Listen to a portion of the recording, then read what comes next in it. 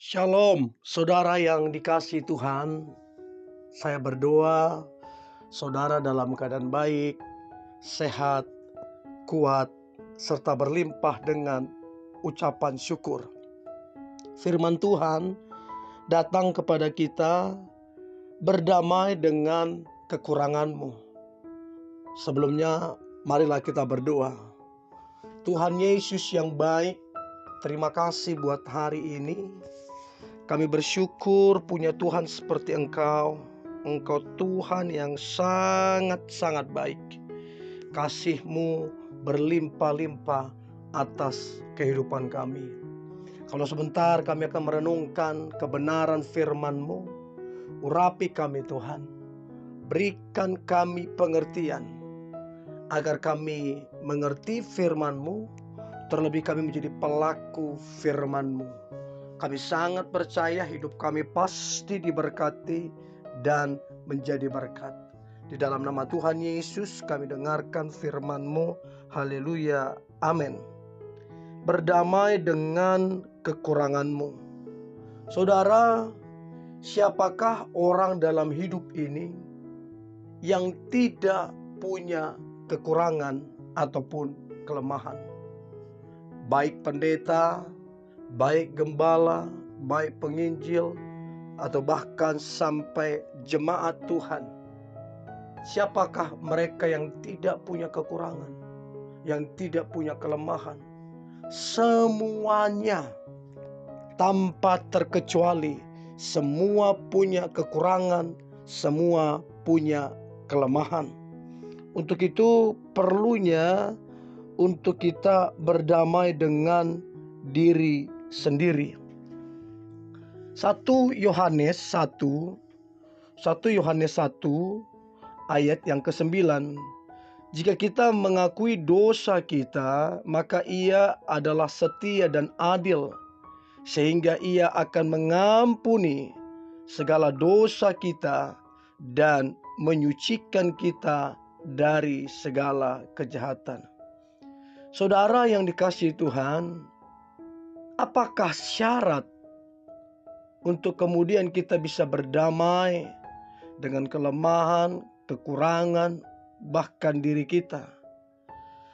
Syarat yang paling sederhana adalah kita berani mengakui segala dosa, kekurangan, dan kelemahan kita di hadapan Tuhan. Lalu apa yang dikatakan dengan berdamai dengan kekurangan ataupun diri sendiri? Artinya adalah orang itu mampu menjaga tingkat kedamaian, kesejahteraan di dalam hidupnya tanpa dipengaruhi oleh keadaan apapun, baik dari dalam ataupun dari luar kehidupannya.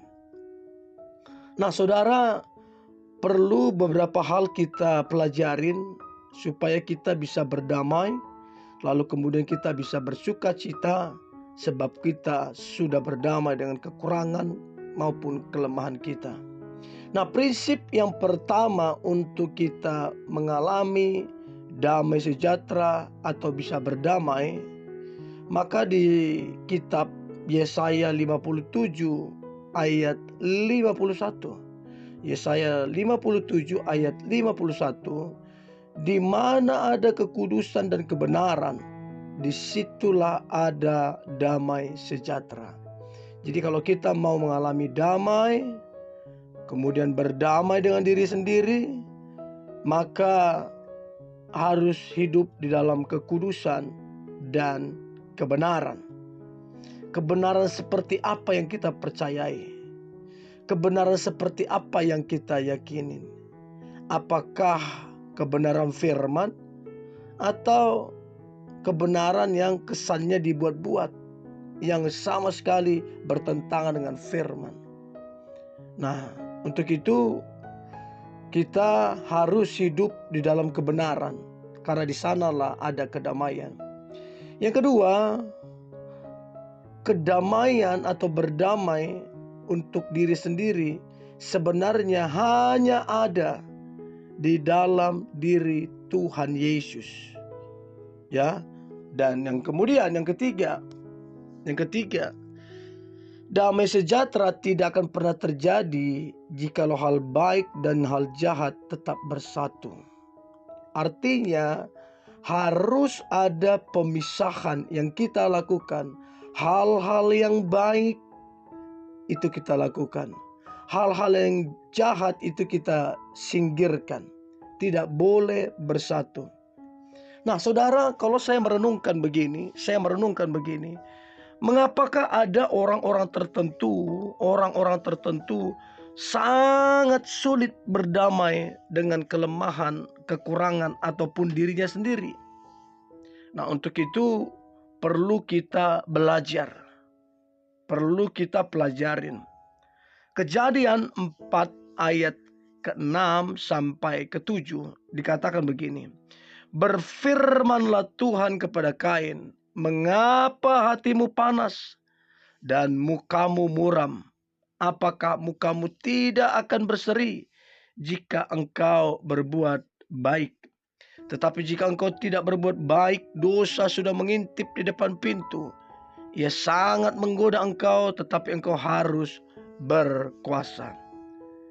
Jadi, mengapa kita sulit berdamai dengan diri sendiri? Minta maaf, seringkali karena kita keras kepala, tegar tengkuk. Orang yang demikian tidak mau menuruti nasihat orang lain. Nah, penyebab keras kepala adalah selalu menutupi kekurangan ataupun kesalahannya. Penyebab keras kepala adalah selalu menutupi kekurangannya dan menutupi kesalahannya. Akibatnya adalah orang yang memiliki sikap keras kepala, ya, berdiskusi diajak sulit diajak ngomong baik-baik, dan sulit memiliki teman ataupun sahabat oleh karena dia keras kepala dan tegar tengkuk. Padahal saudara, seorang pembawa damai itu adalah orang yang selalu setia kepada firman Tuhan dan menjadikan firman itu sebagai landasan hidup walau banyak yang harus dihadapi dalam tantangan. Nah, pembawa damai adalah orang yang berani menghadapi semua persoalan dan kesulitan yang ada tanpa berniat untuk menghindar apalagi lari dari kenyataan. Jadi saudara yang dikasihi Tuhan, alasan berikutnya mengapa orang sulit berdamai dengan dirinya sendiri. Kenapa orang sulit berdamai dengan dirinya sendiri? Karena masih hidup dalam kesombongan, masih hidup dalam keangkuhan, sehingga dia mengalami kesulitan untuk berdamai dengan dirinya sendiri. Dalam Yesaya 2 ayat 11 dikatakan, manusia yang sombong akan direndahkan dan orang yang angkuh akan ditundukkan, dan hanya Tuhanlah sajalah yang maha tinggi pada hari itu. Orang sombong akan menghargai dirinya sendiri dan secara berlebihan. Orang sombong maunya dianggap hebat dari orang lain. Orang sombong akan merendahkan orang lain dan tidak mau menghargai orang lain. Padahal saudara, pembawa damai itu berarti hanya berniat untuk selalu berbuat kebaikan bagi sesama. Nah, saya berharap apa saya bagikan ini menjadi satu pembelajaran untuk kemudian kita bisa berdamai dengan segala kekurangan dan kelemahan kita.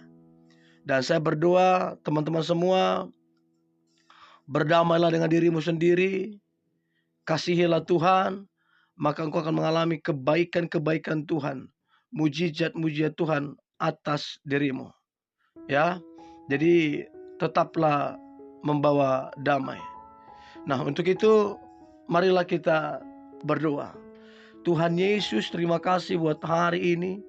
Sungguh besar anugerah-Mu, sungguh besar kasih-Mu, dan kami percaya Engkau adalah Tuhan yang memperdamaikan kami, sehingga kami tidak lagi tertuduh, kami tidak lagi ditekan ataupun difitnah, sebab bersama dengan Engkau kami akan mengalami damai yang begitu indah, damai yang penuh dengan berkat Tuhan.